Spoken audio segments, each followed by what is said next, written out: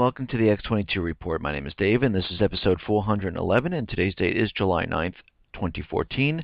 And the title of this episode is The Fed Signaling When the Economic Collapse Will Occur. Well, we all know the Fed had their meeting today, and they talked about the economy and how everything was improving. They saw a great improvement in the job market. They're seeing great improvement in retailers and earnings. They're seeing great improvement in pretty much everything. So they're telling us that the economy is on the right path, and what they're going to do is they're going to continually taper and completely set up some type of exit plan, and they're looking to have this type of exit plan around October. Now, what normally happens in October if we look back in history? We see that October seems to be the month of when things really go south, like the stock market crashes. 1929, we had, yes, the stock market crash. If we look at 1987, yes, we had a stock market crash. If we look at 2008, yes, we had a stock market crash. So right now, is the Fed telling us that, yes, we're in this recovery? You will believe it. We are tapering. We see everything being heated up all around the world right now. I mean, we see flashpoints in every single location of the world where the central bankers, the U.S. government, is pushing for war to cover up this entire collapse. And we see already from all the evidence that they are maneuvering and preparing for some type of an event. Yesterday we talked about these explosives that were sent around to all the embassies, ISIL, or the Islamic State, or ISIS.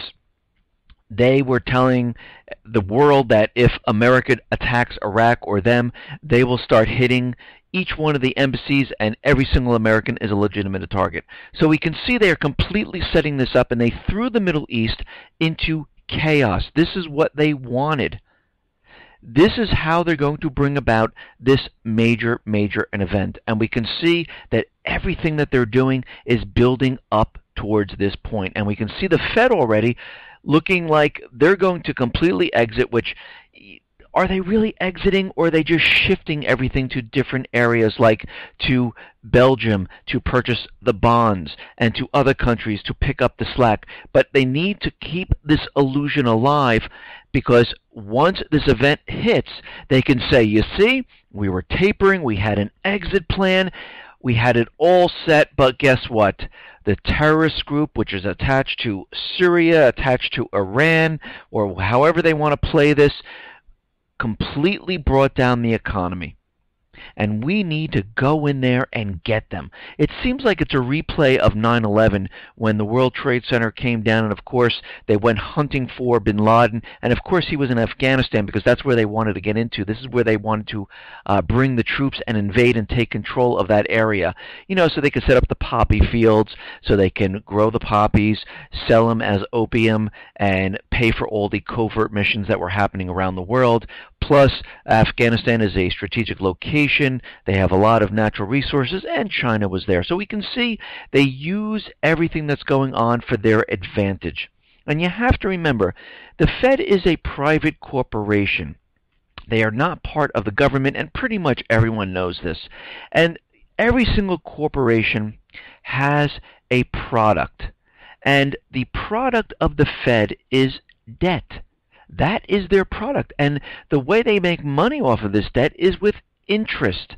They don't care about the American people. They don't care about the world. They care about their profits. And if we go to war, guess what? They just see profit. They see dollar signs.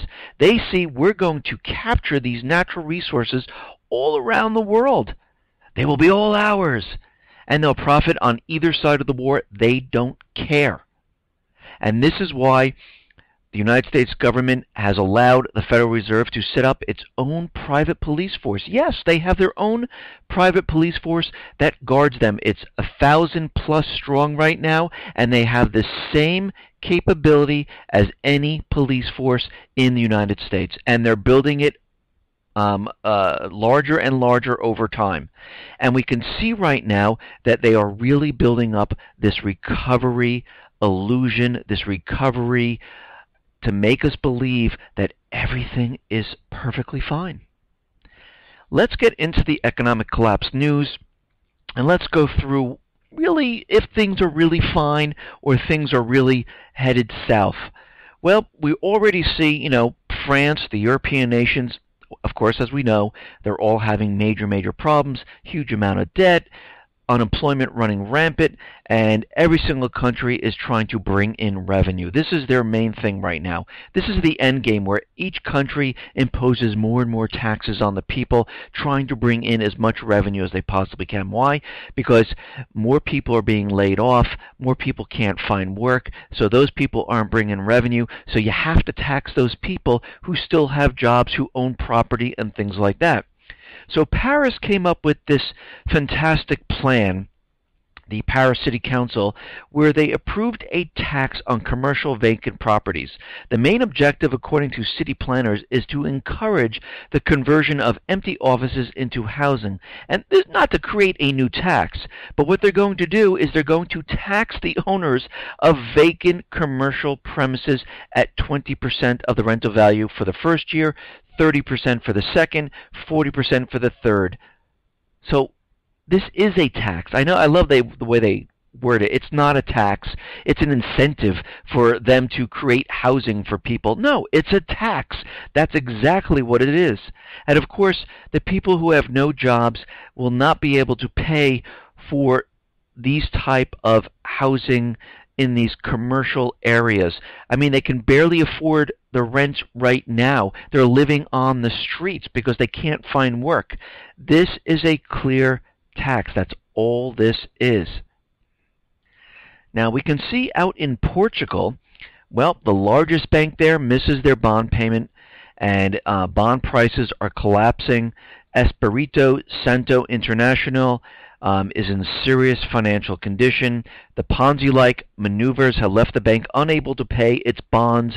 Bonds plunged to record low after a parent company delayed payments on short-term notes. Portuguese bond risk has surged to 4-month highs with the biggest two-day spike in a year.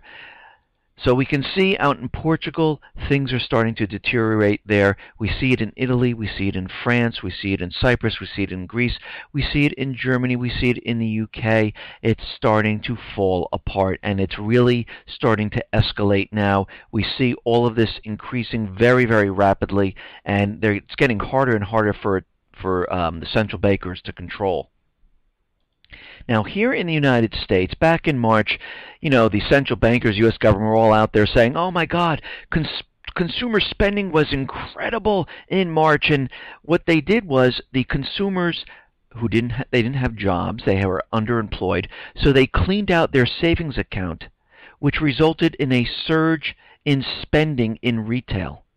Now, did retail stores do better? No. They just saw a spike of people spending money because what they were doing is they were dipping into their savings account to buy all the things they actually needed. They brought it to a point where, we can't do without, and they had to buy something. So they went into their savings account and they used their savings account. And at the same time in April, since they wiped out their savings, they started using credit cards, and they said, oh my God, April consumer credit soared by unprecedented $8.8 billion in April. And after that, we came to May. What happened in May? Well, everyone received their credit card bills. They had no savings. They had no credit left on their credit cards, and now we see consumer spending completely dropping off and falling. It is not improving, and retail is really struggling. It is not getting better. It is actually getting worse, and we can see that most companies now are showing that sales are not doing well. Samsung reporting a 26% drop. Apple looking at a drop. GE at a drop. Tesla at a drop, Walmart at a drop, Netflix, Facebook, TripAdvisor, even Amazon is hinting at a drop in sales for the second quarter.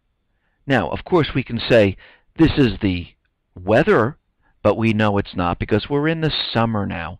We went through the spring, we went into the summer, so there is something else going on. And guess what? Companies are starting to realize, something? Maybe it wasn't the weather. CEO of the Container Store further destroyed the myth of a recovery stalled by the weather. We thought our sluggish sales were all because of the weather and calendar shift, but now we've come to the realization it's more than that.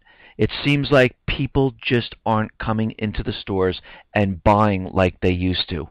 We are in a retail funk. Our highest end customer seems to be a little bit infrequently shopping us for some darn reason. I'm going to tell you what the darn reason is.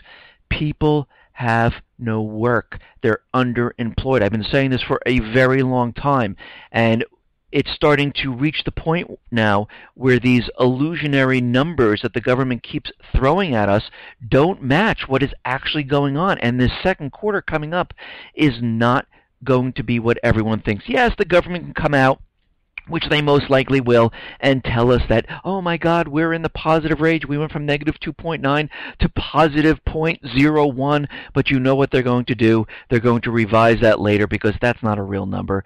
We can see right now that things are not getting better. Walmart is already out there saying that sales are down. It doesn't look like it's getting better. So all these stores are starting to look at this and saying, you know something? I don't think it's the weather anymore. I don't think it had anything to do with it, and of course it didn't. Back in my other reports, if it really had to do with the weather, people were sitting home, we would see an increase in online sales, right? It's snowing outside, it's freezing cold, you don't want to go out, so you know what? Just go online and order it. But they didn't see any type of spike in online sales. So this just goes to show you everything the government and the Fed are telling everyone in the world, it's the complete opposite. And we have to understand that they're telling everyone this to keep everyone believing that we're in a recovery, but we know we are not. Now, the Fed had their meeting today, and they are saying that everything looks pretty good.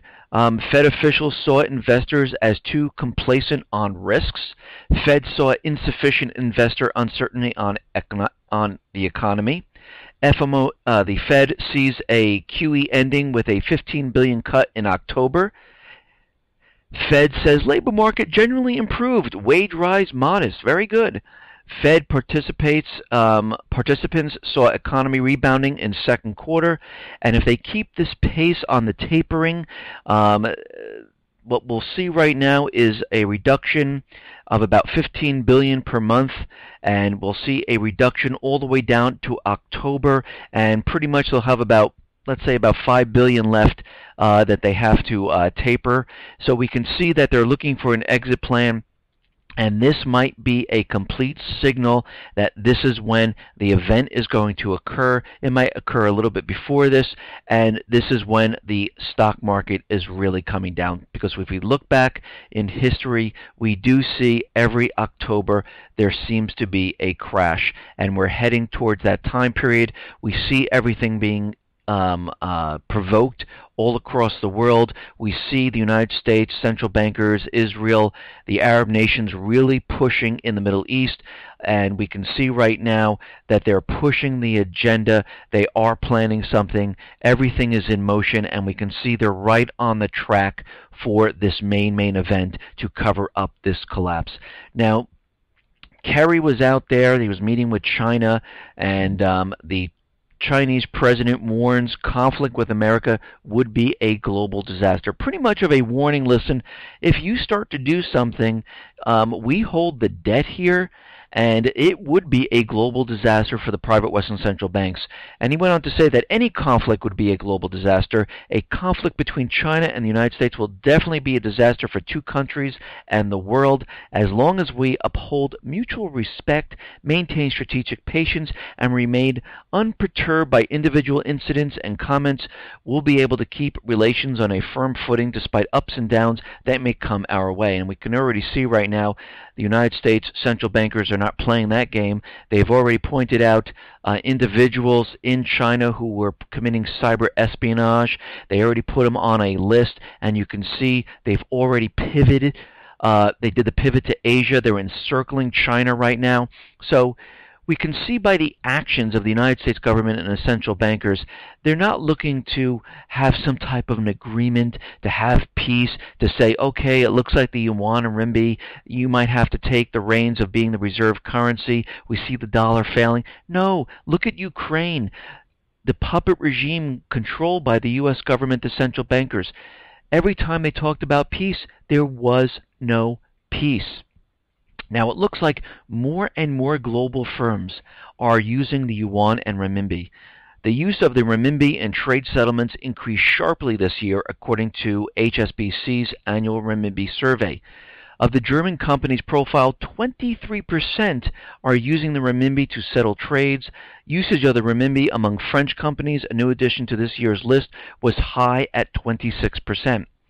Prospects for the next year are bright, as nearly 60% of global companies plan to increase their cross-border activity with China over the next 12 months. Meanwhile, 32% of companies who don't use the renminbi expect to do so in the future.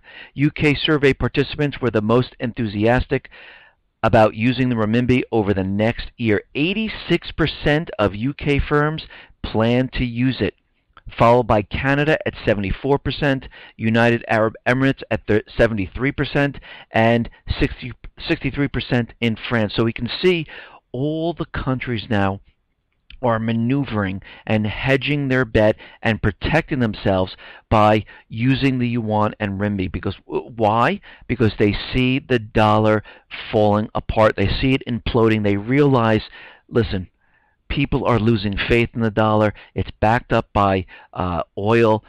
The United States government central bankers are having a very tough time maintaining status quo in the Middle East, and we can see things are really starting to heat up and fall apart, and it really doesn't look good. And you can see this is why countries have been doing bilateral trades with China, becoming clearinghouses, and now you see companies doing the same thing. Everyone is headed in that direction. Now, it looks like there is another bank executive that was found dead, another high-level J.P. Morgan executive found dead under suspicious circumstances, and it just seems like more and more bankers are dying. Now, we know Obama now is heading towards Texas, but he has absolutely no plans to visit the border where all the illegals are coming across. He doesn't even want to go there.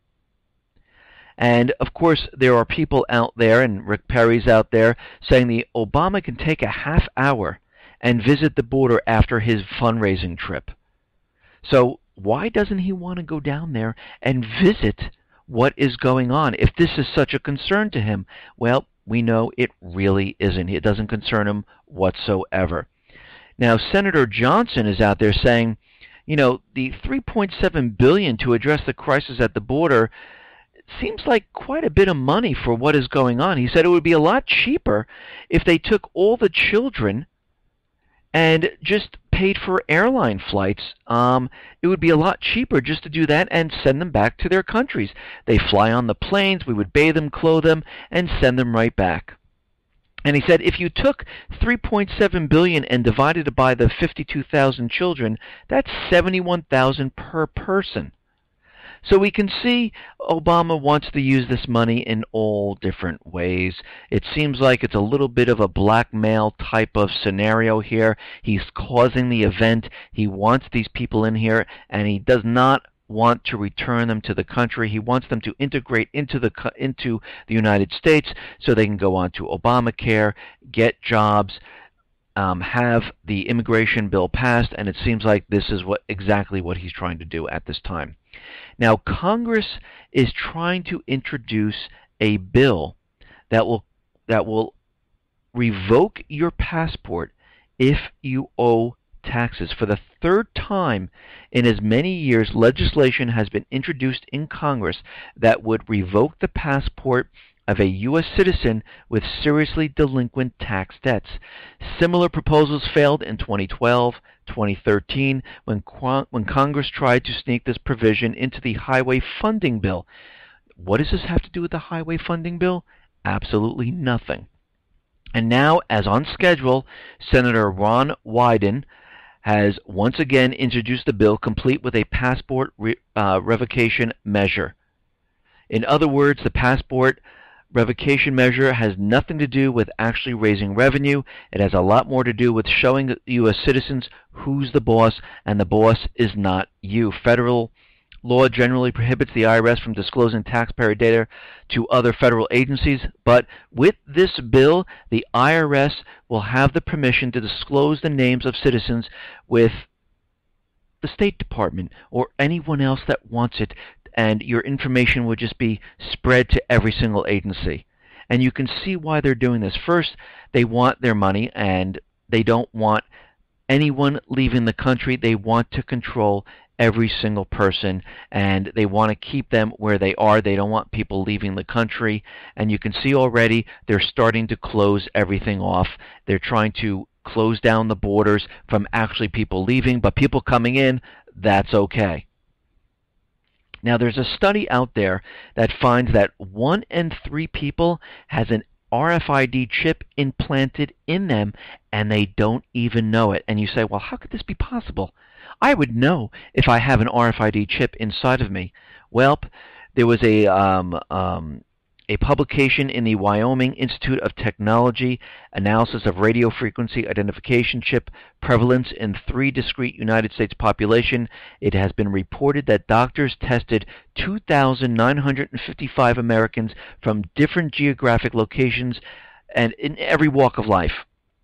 And the test subjects were stripped down and scanned bodily to see if RFID chips would be detected. And guess what? Yes, people had them. Where did they have them? In their dental work. The majority detected by the researchers were in the dental work, fillings, bridges, crowns. The chips were embedded by the manufacturer. And then when the dentist goes ahead and puts this into your mouth, you already have the RFID chip in you. This is unbelievable that people have them already and they don't even know, and you're being tracked already. Okay. Now, we understand the bilateral security agreement was not signed by Afghanistan, and the United States, NATO, very concerned about this. And, you know, just a couple days ago, we saw all these tankers that were grouped together explode by attack by the terrorists, and they're looking at this saying, see, we're going to see more of this if they do not sign the bilateral security agreement. And right now, General Rasmussen says Afghanistan must sign the security pact by September, which would allow U.S. troops to stay in the country beyond 2014. But I thought we were removing all the troops. Why would we want to stay there? Let's remove all the troops. We don't need to be in Afghanistan. Isn't that what the president told us? But they want the troops to be in there. They're not giving up control of Afghanistan. As we know, they found huge lithium deposits, huge copper deposits. China's in there, and they're pushing in billions and billions of dollars into this area. They have the opium fields. They are never leaving Afghanistan. It is a strategic location. They're not leaving the area. Of course, they've given the government until January of 2014 to sign it. Now they're giving them until September of 2014 to sign it, and they will never leave. They'll just keep extending the date, and they'll just stay there. Now, Ukraine is looking to raise money to create more weapons, and Poroshenko's out there saying, you know what? We don't need any type of science programs. Those are worthless. We don't need research and development. That's absolutely worthless. Where the money needs to be spent is in drones and precision weapons. There will be no more spending of billions of people's money, taxpayers' money, on useless research programs. Today, Ukrainian production will be busy making precision weapon systems, drones and bulletproof vests and thermographic cameras. So you can see their whole agenda is war. Their whole agenda is capturing Crimea and the southeast region. That's it. Who cares about the rest of the country? They don't. They're taking their instructions from the bankers, and they're doing what they need to do. Now, the Donetsk people out in the southeast region, they're looking and they're creating their own contract army. They're going to start paying their soldiers between 5,000 and 8,000 Hivernias, and they're going to pay these people, hoping that more and more people join the armed forces to protect their region.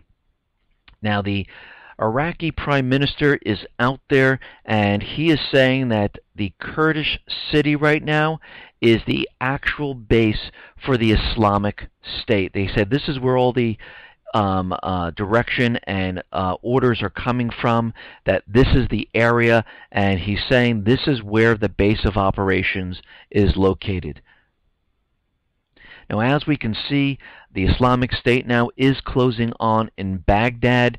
They're coming from all different directions, 3 different directions, and they are now making their move. Of course, we have to remember back to John Kerry, where he said Baghdad will never fall, and they're coming at Baghdad from 3 different sides, and this is going to be a huge, huge battle, and the terrorists are coming, and of course the United States government has already have boots on the ground, and of course once one soldier gets hit, the United States is going to say this is an attack. But again, we have military advisors. Actually, it reminds me of Vietnam, when we had military advisors on the ground and all of a sudden it turned out to be a war. And here we can see how they're trying to set this whole entire thing up by having all of these military advisors on the ground combat ready, and we can see that something could go terribly, terribly wrong.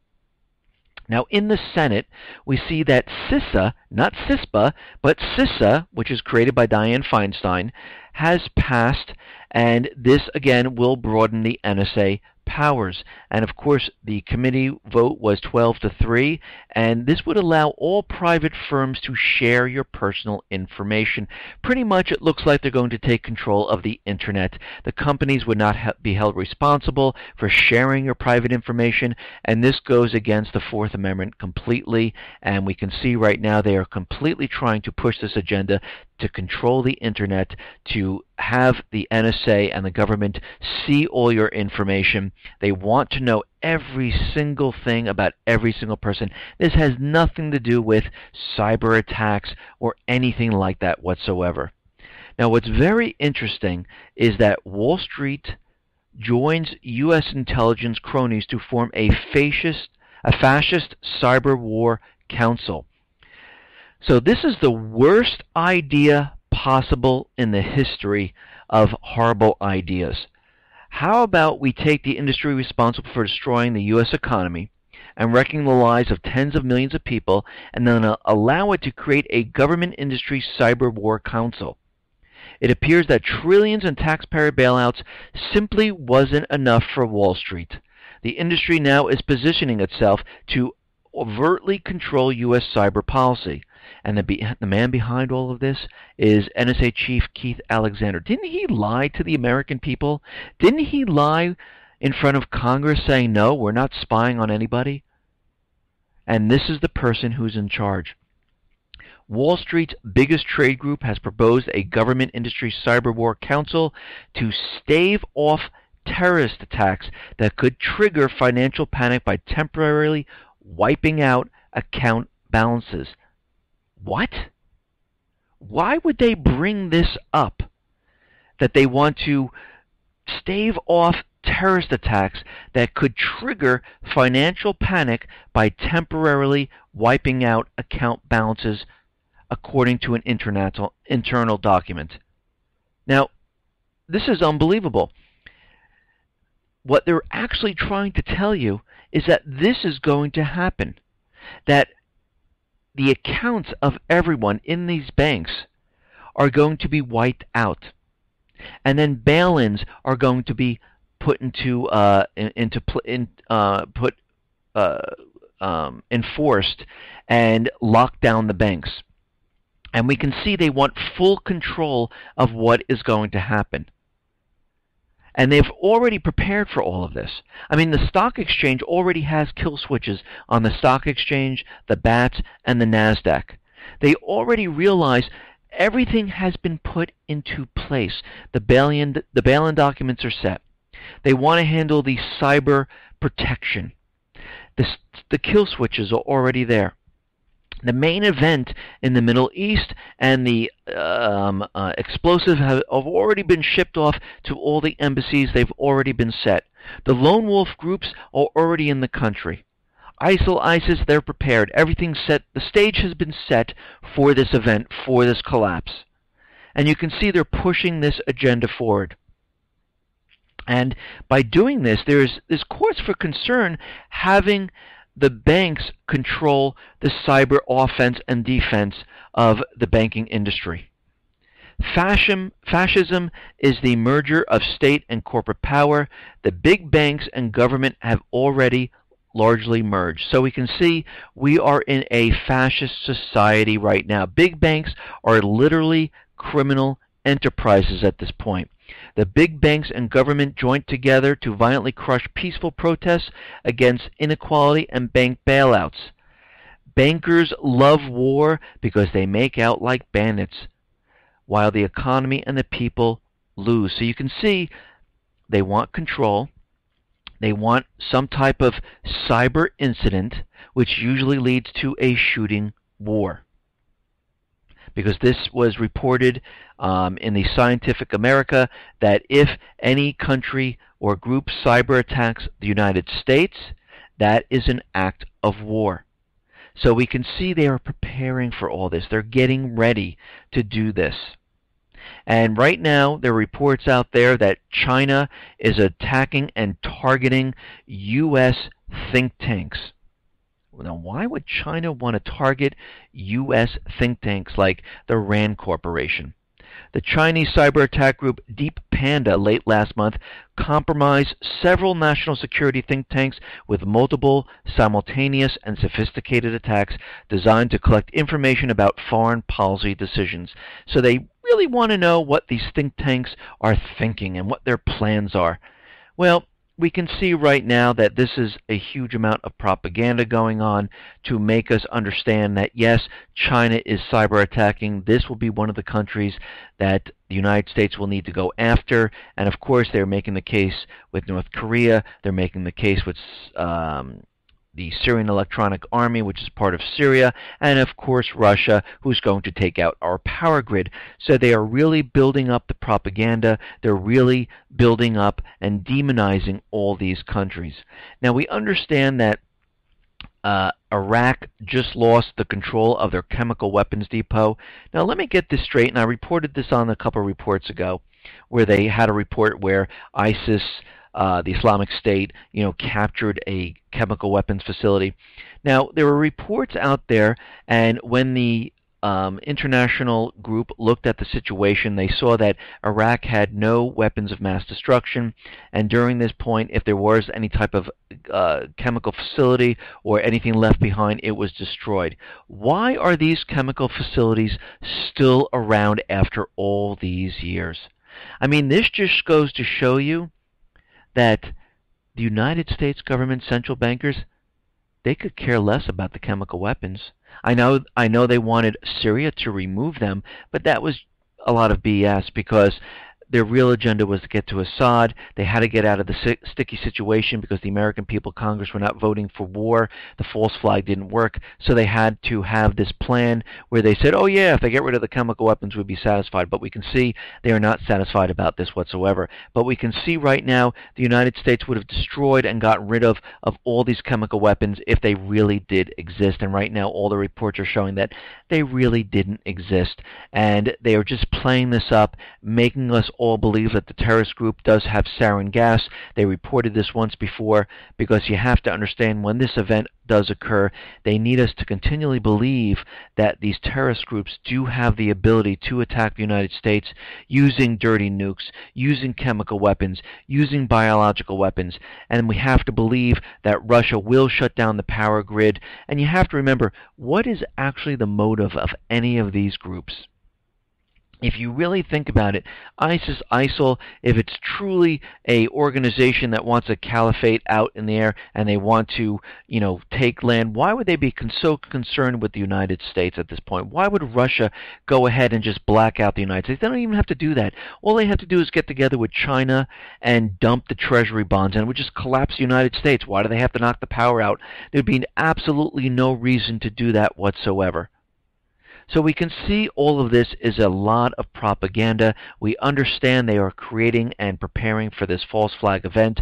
The Fed has already given us information that, yes, they'll be having some type of exit during October, which is a huge signal of, yes, this is when everything will start to come down. And we can see already this event will occur. They will hit the markets will come down. They'll throw the kill switches to stop the markets coming down, and they'll stop them at a certain point. And of course, the U.S. government, the Fed, just like last time, will step in and say we need to start stimulus, we need some type of help here. Another country did this to us. It had nothing to do with us at this time, and we really need to pump up the economy because we were in a recovery, and they brought the United States down to its knees, and UK and the European nations, and we really need to go after this group or country, and this will lead us into war. Listen, everyone, thanks a lot for listening. Be well, be safe, and especially be prepared. Thanks a lot.